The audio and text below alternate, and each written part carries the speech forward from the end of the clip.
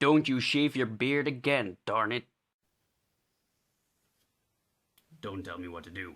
Greetings, wary traveler. I am SnapJelly, and occasionally I get a comment, a really good comment, a really long comment that has a lot of questions in it, and sometimes they're really good and I actually want to reply to them and explain everything they're asking, but I find it really hard to actually say what I mean when replying to a comment.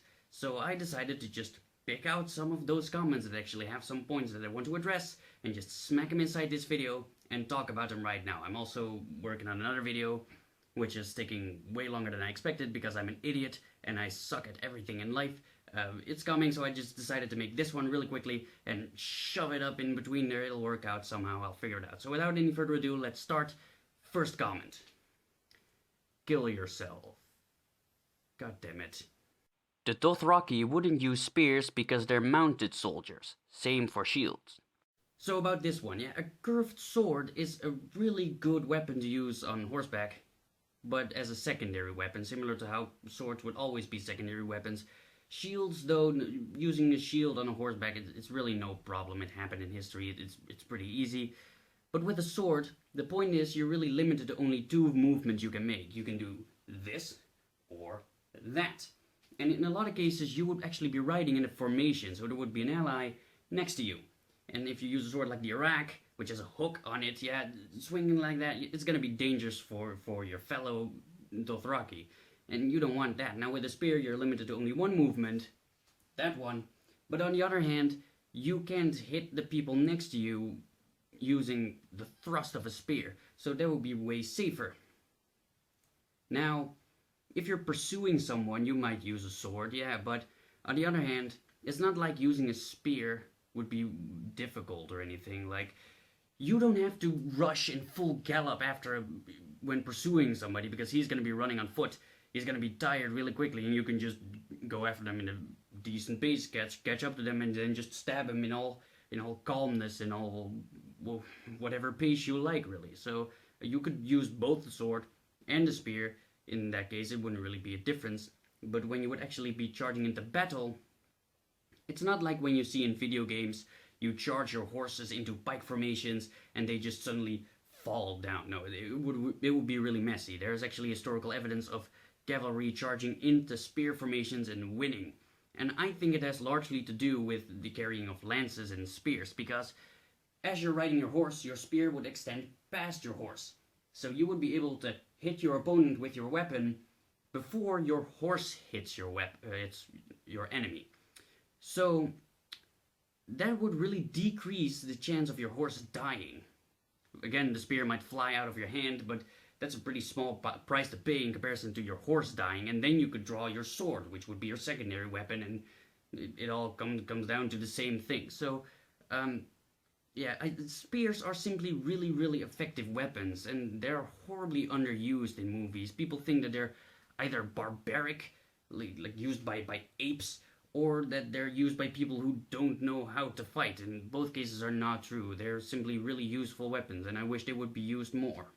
Katanas have their own philosophy, and it's true that thinking about the katana with a medieval, chivalresque, let's save the princess mindset, 2 hours later, they can say, I like such and I dislike such weapon, and I'd advise you not to. No matter how great or less great one's knowledge can be, he should always include more, not less.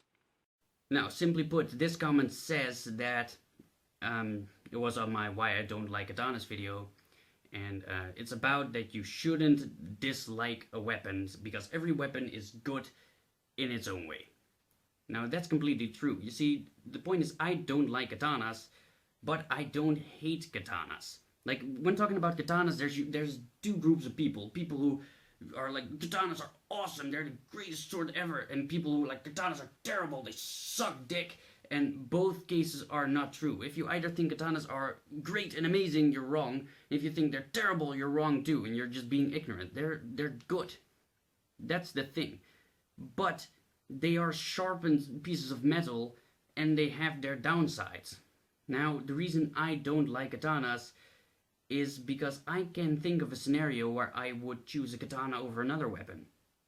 If I could somehow adjust my army to my enemy's army, adjust their weapons and equipment, then I can't think of a scenario of what weapons they would fighting against that I would choose a katana against something else. There's nothing a katana can do that another sword can't do. Like if you take, for example, I think it was Portugal, the Portuguese invasion in Japan, where you have Portuguese people fighting samurai, and they completely slaughtered the samurai using rapiers and a specific type of dagger. Now, that would suggest that rapiers were effective against samurai armor, which is logical because it has quite a lot of gaps, and you can stab in between those gaps, and then you win. So, against samurai, I would choose my soldiers to have rapiers. Now, similar to that, I can't think of a scenario where I would choose for my people to carry katanas. That's why I don't like them. But is it a bad sword? No, by all means it's not. It's a good sword. It's just not great. It has its downsides, and I think it has more downsides than it has upsides, so there you go. Can you please review and analyze the fight between Oberyn Martell and the Mountain? I will. It's on the list. I don't have a specific date for it yet, but I am gonna make it. I'm planning on making it. It will be somewhere in the future if it's already out. When you're watching this, then link will be in the description.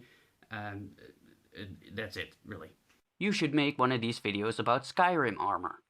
I will. Same thing. I don't have a date for it yet, but I'm currently actually working on a Warcraft armor video. So if you have seen Warcraft, then look forward to that.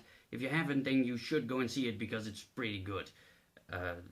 Yeah, that's all about that one. Link will be in the description too if they're out already.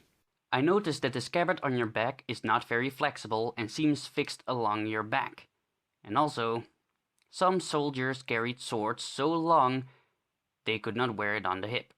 So, about this comment, I'm not sure if this guy thinks that scabbards were flexible, like all scabbards are flexible, because they really weren't. I mean, there's evidence that suggests that they weren't, because there are even tactics that say that you could use your scabbard to block with.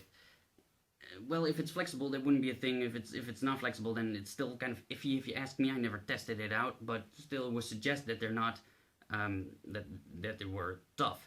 Now, when talking about great swords, that's what he means when swords that would, if you carry them on your hip, drag over the ground. Yeah, you would carry them on your back if you would carry them in a scabbard, but it would not be a quick draw scabbard. Now, first of all, you could have all kinds of weird contraptions on your back to carry your greatsword. That's true. But a greatsword was a war weapon, a battlefield weapon. Like, it's not like you would carry a greatsword when you went to the market to buy a goat. No, you carried one when you went to war. Now, and when you have to walk or march very long distances, then yeah, I could assume that you want to carry it in a scabbard and not in your hand the entire time. But if there's even the slightest chance of being ambushed, then you would most likely just carry it like this on your shoulder, similar to how you would carry a spear. Because then, otherwise, it's going to be very hard to draw. And having a sword that's too large to carry on your hip, I don't think that's true, because you can simply adjust the angle that your scabbard is on, making the sword point backwards more and thus not drag over the ground. So, only if your sword is so incredibly large that even when drawing it normally, it would be too long and you can't get it out, there's really no reason for you to carry it on your back. There's no benefits from it.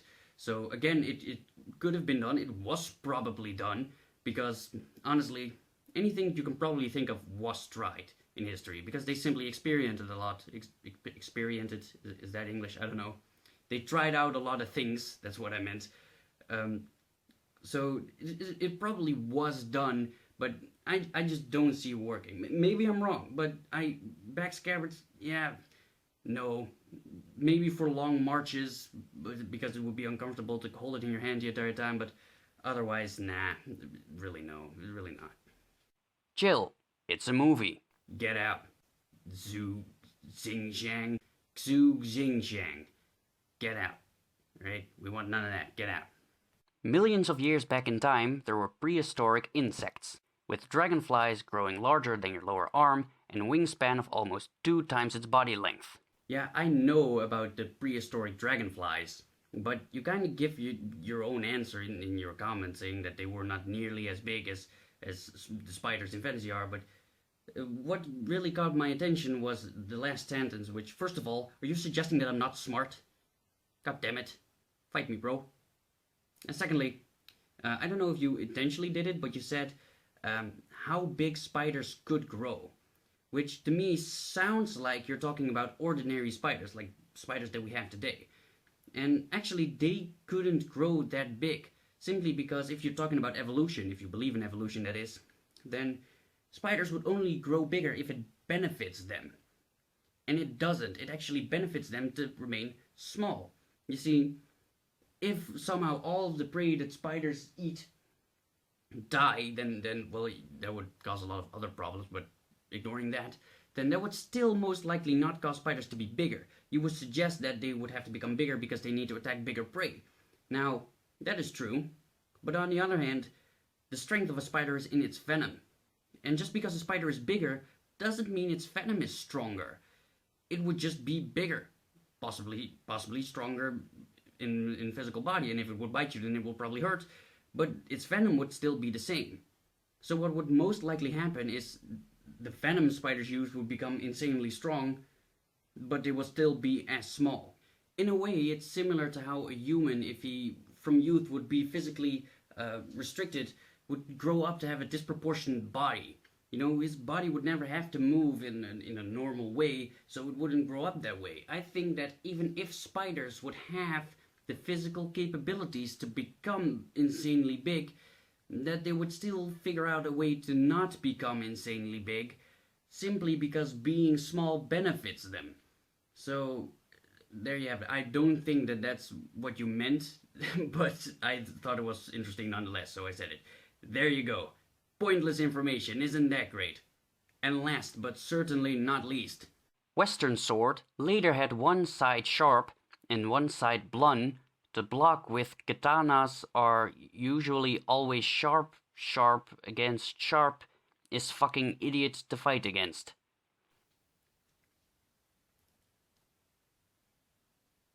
what?